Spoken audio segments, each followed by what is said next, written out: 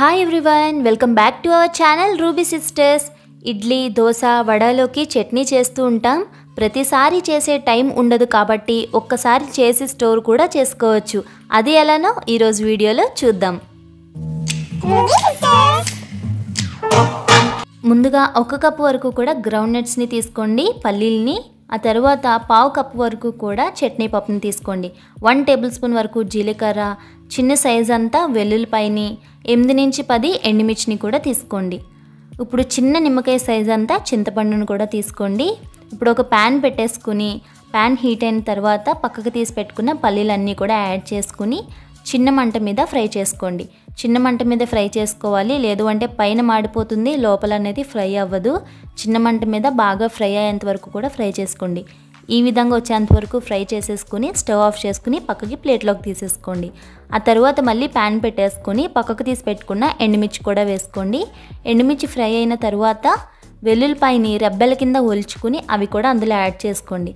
అది కూడా లైట్గా ఫ్రై అయిన తర్వాత ఇప్పుడు చింతపండుని యాడ్ చేసుకోండి. చింతపండు కూడా వేసుకుని ఆ తర్వాత కరివేపాకు కూడా ఒక 2 రెమ్మల వరకు కూడా కరివేపాకును కూడా యాడ్ చేసుకోండి. యాడ్ చేసుకుని అది కూడా లైట్గా ఫ్రై చేసుకోండి. పక్కకు తీసి పెట్టుకున్న జీలకర్ర కూడా యాడ్ చేసుకుని మొత్తం ఫ్రై చేసేసుకోండి. ఇప్పుడు ఈ విధంగా ఫ్రై అయిన తర్వాత స్టవ్ ఆఫ్ చేసుకుని పక్కకి ప్లేట్లోకి తీసేసుకోండి. ఇదంతా కూడా పూర్తిగా చల్లారిపోవాలన్నమాట. గ్రౌండ్ నట్స్ ఇప్పుడు ఫ్రై చేసిందంతా కూడా పూర్తిగా చల్లారిన తర్వాత మనం మిక్సీ పట్టుకోవాలి. ఇప్పుడు ఒక మిక్సర్ జార్ తీసేసుకుని మనం ఫ్రై చేసి పెట్టుకున్నది ఉంది కదా, ఎండుమిర్చి, జీలకర్ర, వెల్లుల్లిపాయలు, ఇవన్నీ కూడా ఫస్ట్ మిక్సీ పట్టేసుకోండి. ఇలా మిక్సీ పట్టుకున్న తర్వాత అందులో చట్నీ పప్పు, పల్లీలు, మీ రుచికి తగినంత సాల్ట్ కూడా వేసుకుని మళ్ళీ మిక్సీ పట్టేసుకోండి. వాటర్ అనేది అసలు వేయకుండా, వాటర్ అనేది అసలు తగలకూడదండి. ఈ విధంగా పౌడర్ కింద వచ్చేంత వరకు మిక్సీ పట్టుకోవాలి.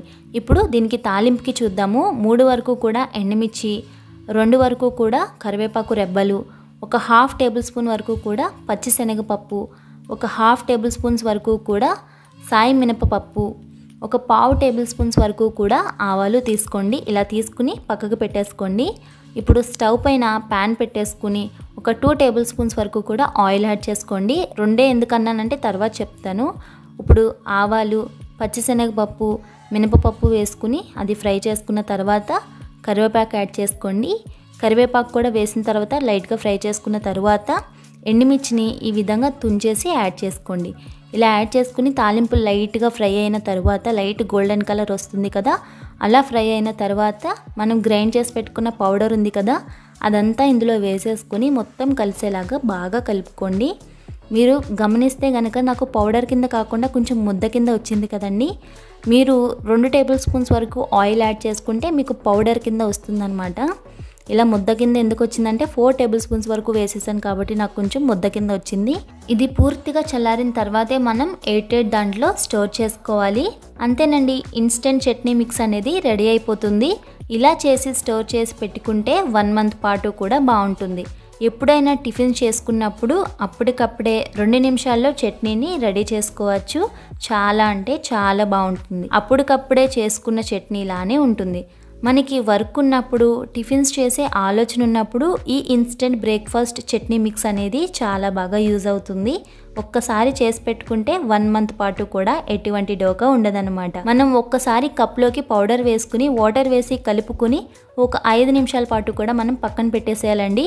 ఆ పౌడర్ అంతా కూడా వాటర్ని పీల్చుకుని చట్నీ అనేది అప్పుడు రెడీ అవుతుంది అనమాట. కొంచెం సెట్ అవుతుంది కదా, చట్నీ అనేది రెడీ అవుతుంది. అప్పుడు సర్వ్ చేసేసుకోవడమే. తప్పకుండా ఒకసారి ఇంట్లో ట్రై చేయండి. ఎలా ఉందో కామెంట్స్ ద్వారా చెప్పేసేయండి. మరి ఇంకా మరిన్ని మంచి వీడియోస్ గురించి రూబీ సిస్టర్స్ ఛానల్ని సబ్స్క్రైబ్ చేసుకోండి. Thanks for watching.